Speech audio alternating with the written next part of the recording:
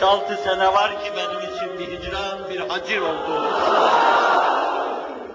Hakikat gamzeden sineleri görmedim. Üzülmedim. Hakkımda verilen hüküm çok âli bir divanda verilmişti. Rabbimin mahkumu olduktan sonra üzülmemiştim.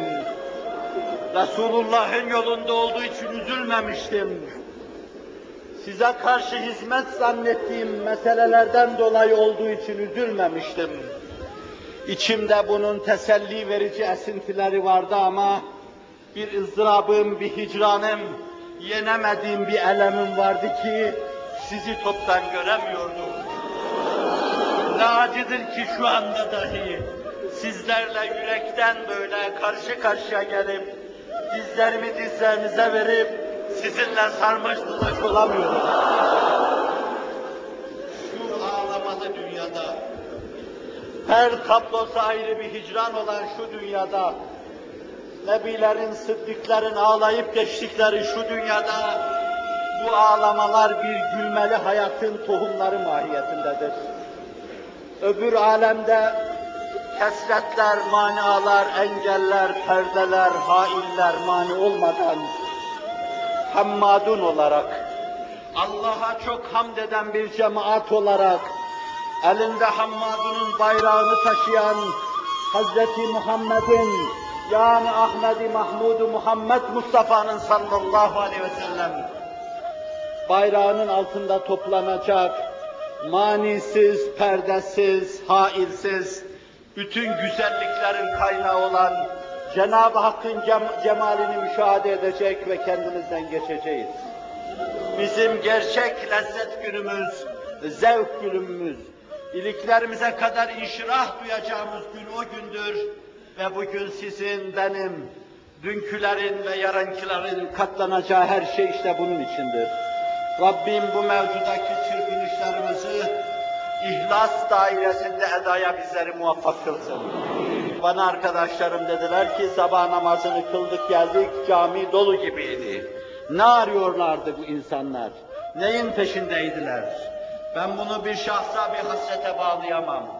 Bu işin arkasında Hz. Muhammed Aleyhisselatü Vesselam vardı. Ben itizar mahiyetinde mukaddimemde bir cümle söyledim. Siz bu kadar sıkıldıktan sonra bir de ben sizi sıkmayayım. Ama vicdanlarınıza inildiği zaman zannediyorum, hiçbir vicdanda sıkıntının zerresine şahit olunmayacaktır. Çünkü siz Hz. Muhammed Aleyhisselatü Vesselam'ı arıyorsunuz. Tıpkı Sümeyra gibi, oğlunun cenazesinin yanından geçerken, babasının cenazesinin yanından geçerken Uhud'da, kardeşinin cenazesinin yanından geçerken, dikkatler o cenazelerin üzerine çevrilmesine rağmen, o mafu ile bir Resulillah diyordu. Bırakın anneyi babayı, Resulullah'a ne olduğunu bana söyleyin. Buraya koşup gelirken, sabahın erken saatlerinde camiyi doldururken, hangi sineye bir hançer vursaydınız, ondan şunu duyacaktınız. Mafu ile bir Kur'an, bırakın şunu bunu, Kur'an'a ne yapıldığını söyleyin bize. Onu da ben size söyleyeyim. Zaman ihtiyarladıkça Kur'an gençleşiyor. Müslümanlar şoklarını arkaya bırakıyor ve bir yepyeni bir Kur'an devri başlıyor. Kur'an'ı gördüm, Kur'an'ı duydum, Kur'an'a gönlümü verdim ve kurtuldum diyen insanların sayısı pek çoktur. Binlerceyi, yüz binlerceyi aşmıştır. Binaenaleyh bu cemaat buraya benim takdirinden aciz olduğum çok yüksek bir mefkure, çok yüksek bir düşüncenin sevkiyle gelmiştir. Burada aradığını bulamamış olabilir. Önemli değil, innemel âmâlü binniyat. Ameller niyetlere göredir. Zannediyorum her bir arkadaşımız buradan çıkarken Efendimiz'e olan hahişinin mükafatını, Allah'la olan irtibatının mükafatını, Kur'an'a karşı olan saygısının mükafatını dağarcığına koyup öyle çıkmış olacaktır. Kimse boş çıktığı zehabına kapılmasın.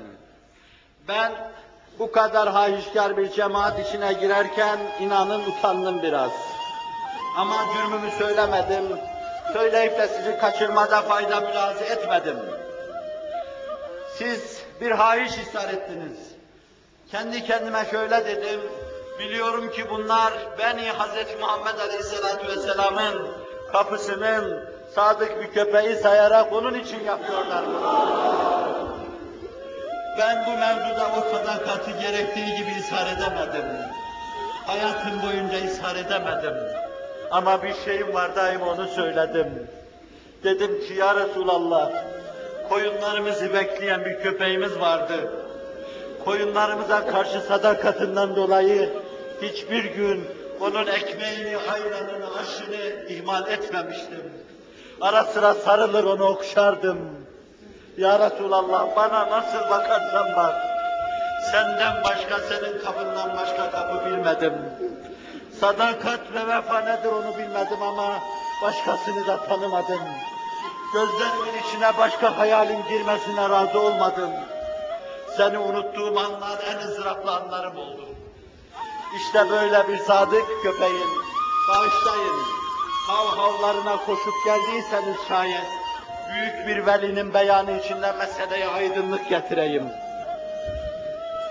Diyor ki efendim, Hazret diyor, Medine'de bağışlayın uyuzlu köpekler var. Peygamberin köyünün kokusunu sürünüp gezen, o köpeklere karşı dahi savrulan bu hakaret karşısında, kalbi atom zerratı adedince parçalanan hak dostu derinden fırlıyor ve sus diyor. Peygamberin köyünün kokusunu sürünüp gezen o köpeklere dahi ben kurban olayım. Ahd-ı peymanımız budur. Ona verdiğimiz söz budur. Gözümüzü açtık, onu tanıdık. Onunla her şeyi tanıdık. Onunla Allah'ı ve Kur'an'ı tanıdık. Onunla kainatın manasını tanıdık. Ve onunla işlerimiz inşiraha erdi. Kalplerimiz itminana kavuştu. Her şeyi ona borçluyuz. Binaenaleyh çok defa gölgeler arkasında yürüyen sizler, çok defa fani şahısların fani olmalarına işlerinizi bina eden sizler, ben biliyorum ki siz bütün bu gölgelerin önünde, bütün bu gölgelerin mihrabında, bütün bu gölgelerin minberinde nazarınızda tek şey vardır. O da Hz. Muhammed Mustafa sallallahu aleyhi ve sellem.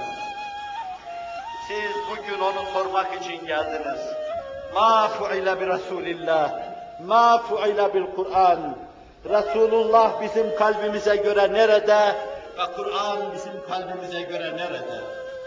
Yıllar öncesi ben bu meseleyi kürsüye cemaatimin karşısına getirirken El-Kur'anu fî vâdin hum fî vâdin diyordum ve sonra da iki büklüm oluyor. Kur'an bir vadide, onlar bir vadide diyor ve iki büklüm oluyordum. Estağfirullah ya Rabbi, estağfirullah ya Rabbi, estağfirullah ya Rabbi. Kur'an'a bu kadar yürekten dilbeste olmuş bir cemaati görünce o gün yanılmış olabilirim. Fakat o yanıldığımı ancak bugün anlıyorum. Meğer ne tohumlar saçılmış toprağın bağrına. Meğer nerede ne şehsuvarlar gelişiyormuş. Meğer ne küheylanlar koşuya ve yarışa hazırlanıyormuş. Meğer ne kahramanlar kasabı sevk elde etmek için bir suvari gibi atını araştırıyormuş. Ve bugün bunların yüzlercesini, binlercesini gördükçe inşirah içinde istikbale ümitle bakıyor. Avazımız çıksa bütün dünyaya duyurmak istiyoruz. Ümit var olunuz. Şu istikbal inkılabatı içinde en yüksek ve gür sada Kur'an'ın sadası olacaktır. Daha batıda şimdiden duyulmaya başlamıştır. Ciddi kalemler, büyük düşünürler, muhteşem mütefekkirler Kur'an'ın etrafında yazıp çizmeye başlamışlardır.